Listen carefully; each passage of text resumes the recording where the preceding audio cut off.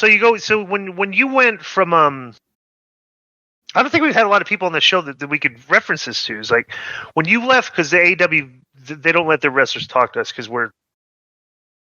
I don't know. It's like for some reason I'm a bad guy. Like they can't ever go on the show and be mean or something. I don't know. It's like yes, sir. But be rated in person by Tony, so that's even worse. But go ahead. So what was it like when you went from the NXT universe, like the corporate structure there, went to AEW?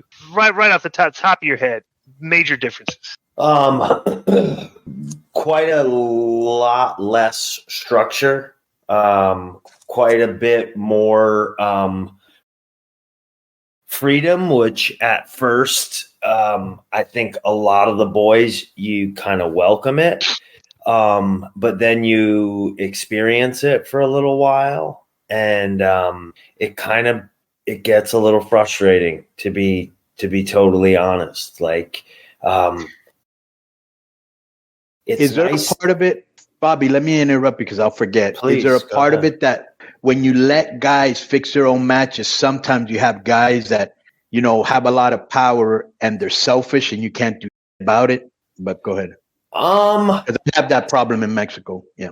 I think yes, for sure. That wasn't the thing that I experienced firsthand too many times. I think some people did have way too much stroke, for sure. But I think some of those people, that's how they operate and that's how they get over. And those people are just going to be who they're going to be. I'm not one of them. I couldn't tell you the difference between a Democrat and a Republican. Like, I don't play that game. I always let my physical speak for itself because I've been doing athletics my whole life. So that's how I know to operate. You know what's funny, Bobby? That guys that are really sure of themselves don't need to really politic. It's the guys that are unsure, because I never saw Rey Mysterio. I never saw Benoit. I never saw Eddie Guerrero. I never saw those guys politic because they knew they were good hands. You know what I'm saying? And all three that you just named are all exceptional athletes, and that's where it does go up my sideways that our business gets put in the place it does at times where it's like, okay, you don't have to be the best athlete. Like, I mean, some of the people that have been successful that are, just the most uncoordinated you ever want to participate in anything with. And somehow, Bobby, do you carved it out. Do you think that a lot of it is, and I see it more in AEW than I do in WWE, that they get so many guys that have bad habits from the indies and they translate in the ring, whether it's not being athletically prepared, whether it's not having the maturity, whether it's just, always slapping their thighs or like that really looks bad. You know what I'm saying?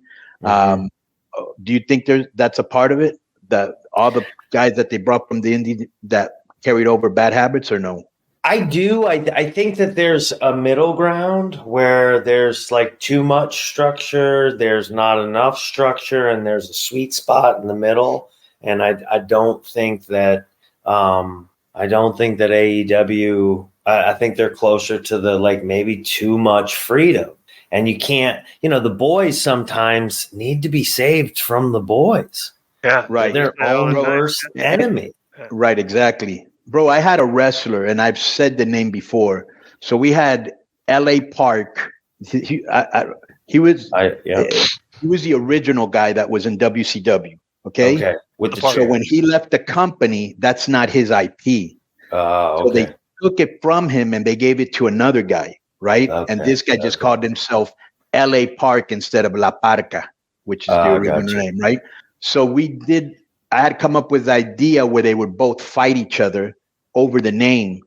And L.A. Park, he kept beating this guy after the match over and over and over, till finally it came a point where I said, bro, you've got to win. He goes, no, it's okay. He can keep winning, because he was afraid of him. Because this guy would just beat him up in the ring, outside of the ring, very unprofessional guy. And so I had to tell him, okay, it stops now. Because if this guy keeps beating you, he's a heel and you're a baby face, bro, people are already starting to boo you. So I had to save him from himself, you know? Yeah. And the thing is that a lot of times guys, instead of being grateful, they're giving us a chance to do what we want. No, they take advantage of it. Yeah. And that's where I think it is the idea of saving the boys from themselves. Right. Is that 100%.